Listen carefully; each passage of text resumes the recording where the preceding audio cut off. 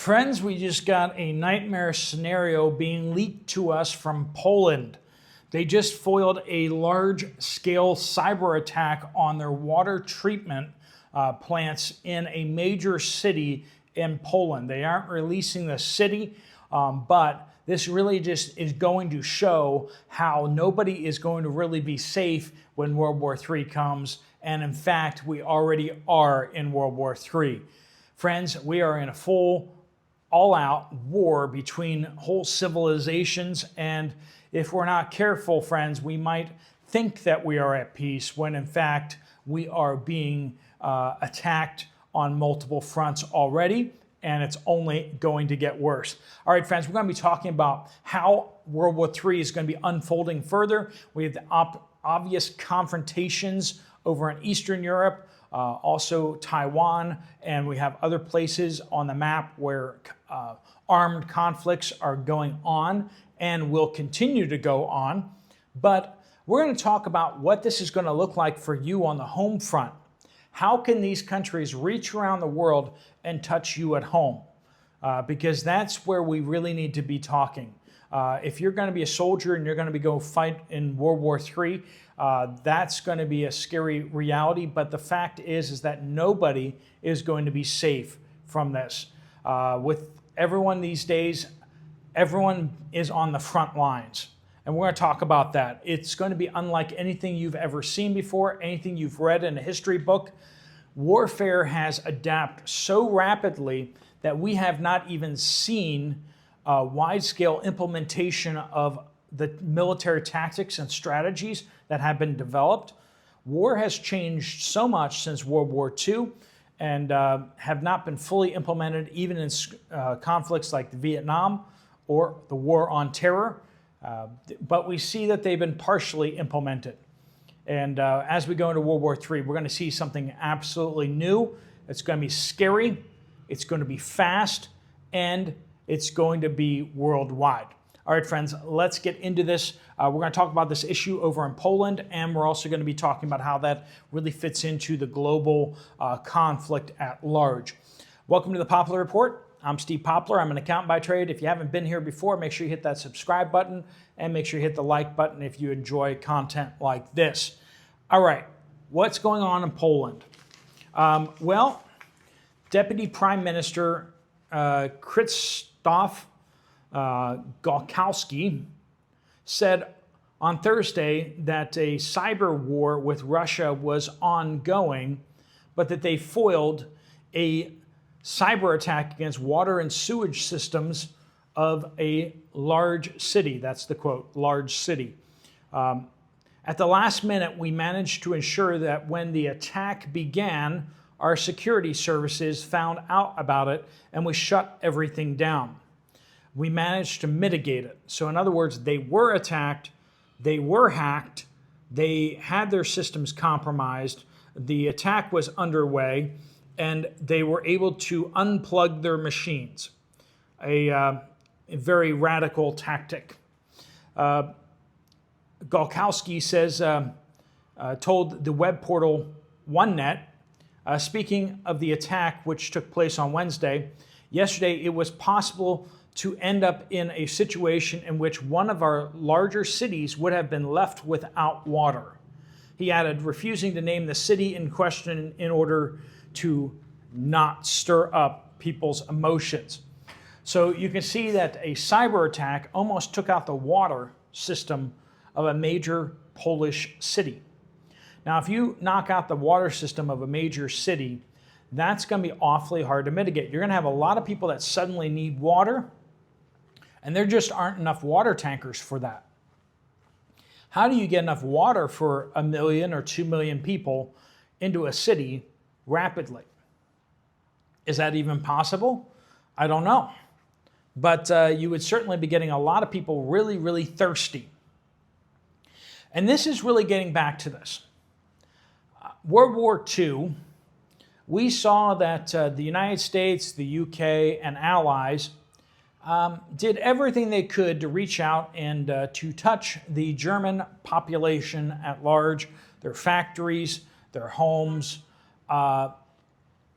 look at incidents like Dresden, where they dropped so many firebombs that the air caught on fire. That's pretty intense. The firebombing of Tokyo. Now, this wasn't out of line, really. I mean, you go back to the Battle of Britain, and the Germans tried to do it first by trying to carpet bomb London.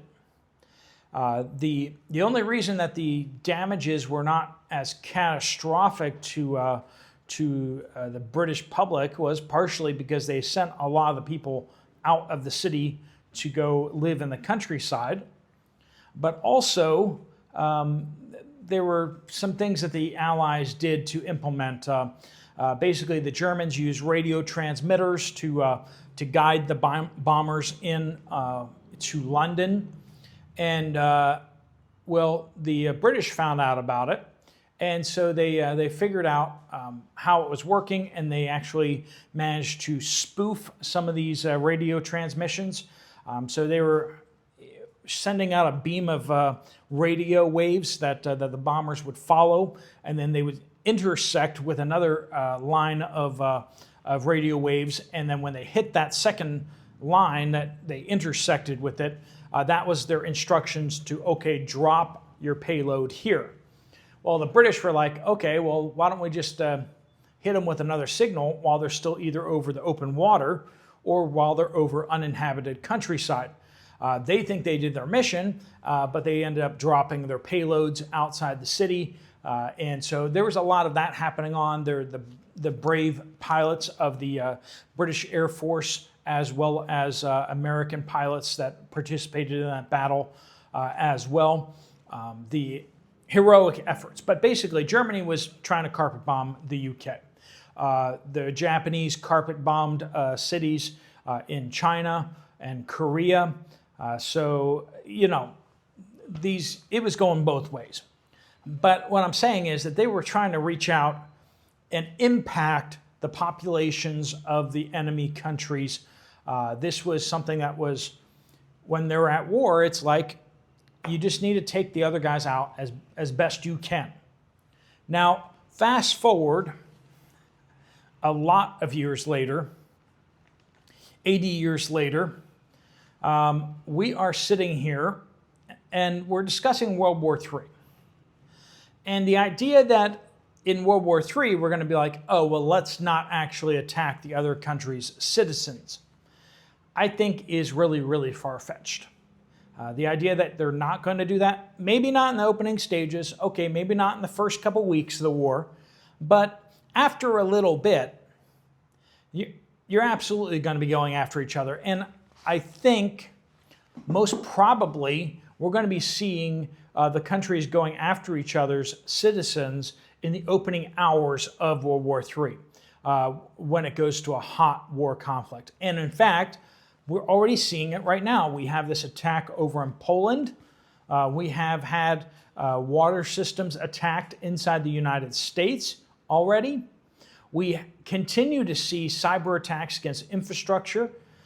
Chinese hackers have continued to burrow their way into infrastructure targets inside the United States. They have found in isolated cases, the Chinese have burrowed into the systems in such a way that they're planning to kind of camp out in the systems so that they're ready to go when needed.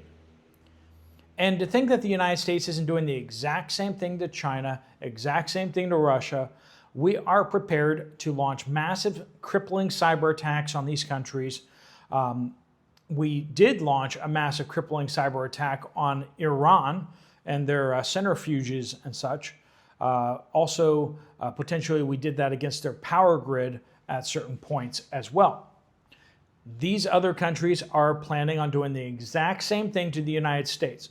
So, as I've said before, how long into World War III do you think it's going to be where the internet is still functioning and our power grid is still functioning? Because I think hours into World War III, we will lose power, we will lose internet, and you will not know what's happening. If conflict happens, you're going to have to find out on radio waves. You're going to have to find out through alternative means of communication. You're not going to find this out on regular broadcast, probably. It's going to be very, very difficult for you to even find out what in the world is happening. Warfare has continued to evolve. But one of the things that has been generally accepted is that historically you had land and sea warfare, right? And sometime around World War I, we added a new component, air. So you have air, land, and sea. This was for World War I, World War II, and then we've added a few domains since then. Not just land, air, and sea, but we've also added space. That's a new one. We've also added cyberspace, the internet. The internet is a battleground for fighting. Health, the population health. Now that's not necessarily exactly a new thing because they used disease in previous wars, and starvation and such. But this has gone to a whole new level with bioweapons. Bioweapons will be released in World War III. Biological, chemical, nuclear. You better believe all this is going to happen. And not only that, but also cognitive warfare. Now, once again, that's not necessarily a new battle space, but now it's a recognized battle space. The psychological warfare, the way that people think, the way that people communicate, the information that they take in. This is a new battleground, especially with the internet, that is being used. Every time a war happens, a real war, not these little whatever wars, but you even saw it in those, you saw it in Iraq, you saw it in Vietnam. If you protested against these wars, you found yourself being persecuted a bit by the country. Now, I don't necessarily agree with the peace protests of against Vietnam, or I wasn't around for it. I don't fully understand why we were in Vietnam. It was to contain communism, but we, after a whole bunch of years, failed to do so. But we're fighting on the other side of the world to protect people over there from people over there.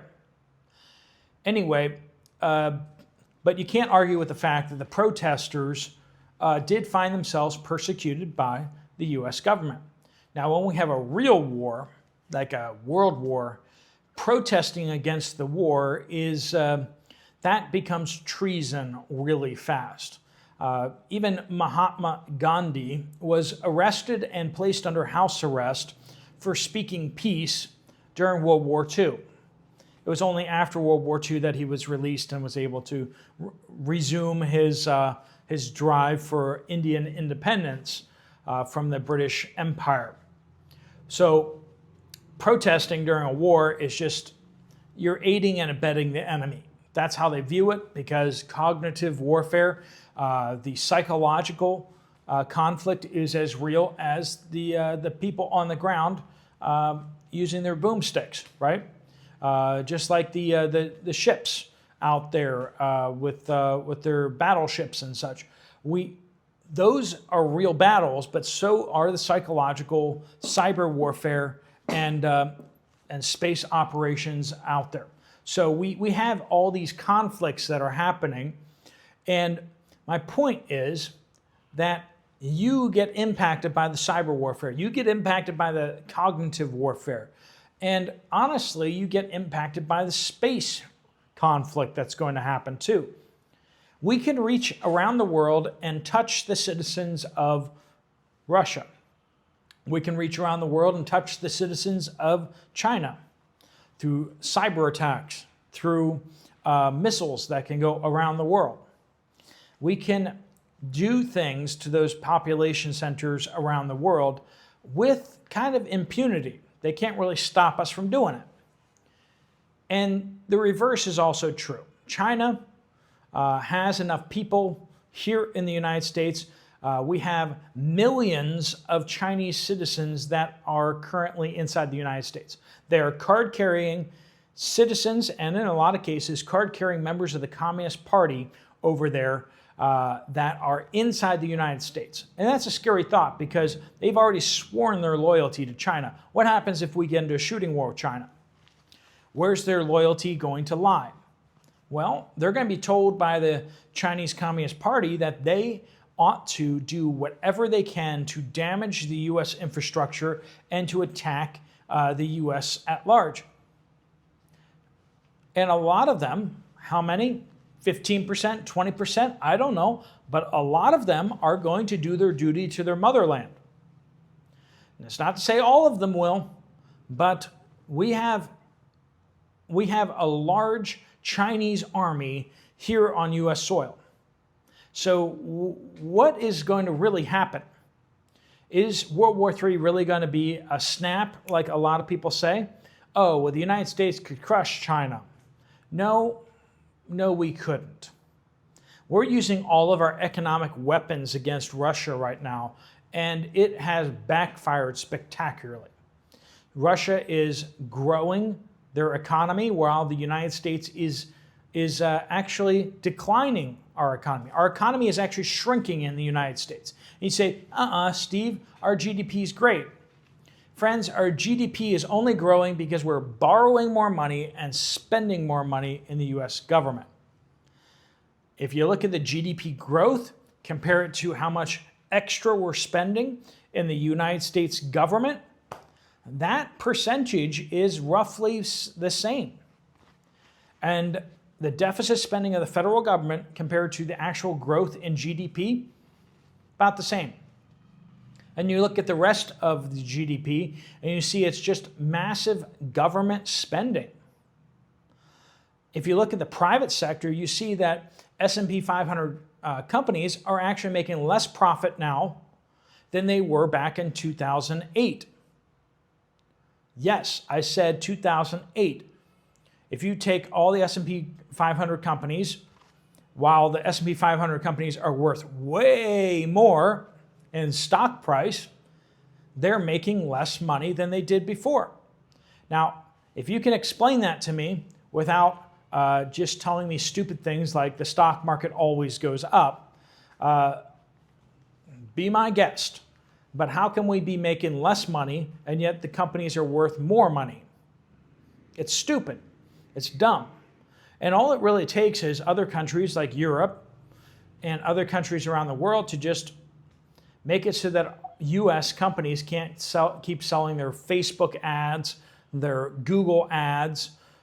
Much of the U.S. economy relies on these tech companies that could be shut out with a flip of the switch from these other countries, from Europe. Europe just keeps hitting Apple, Google, Facebook with billion-dollar penalties. It's a de facto tax on them. We are already in World War III.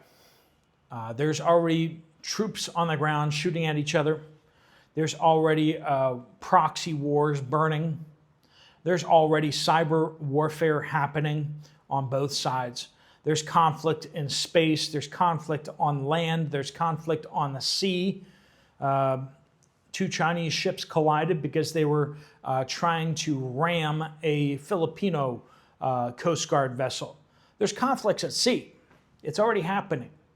The cognitive warfare is happening. The conflict is real. And a lot of people think that we're at peace right now, but we're not. We have countries who are actively trying to undermine the United States. And while the war appears cold right now, it's about to go very, very hot. Hopefully you guys are preparing. Hopefully you guys are not counting on the power grid to exist, because it will not exist once World War III begins. Hopefully you guys are preparing for that. Thanks so much for watching. If you want to check out another video from this channel, there's one right up here. I'll see you guys over there, or I'll see you guys later. Steve Poplar of the Poplar Report out.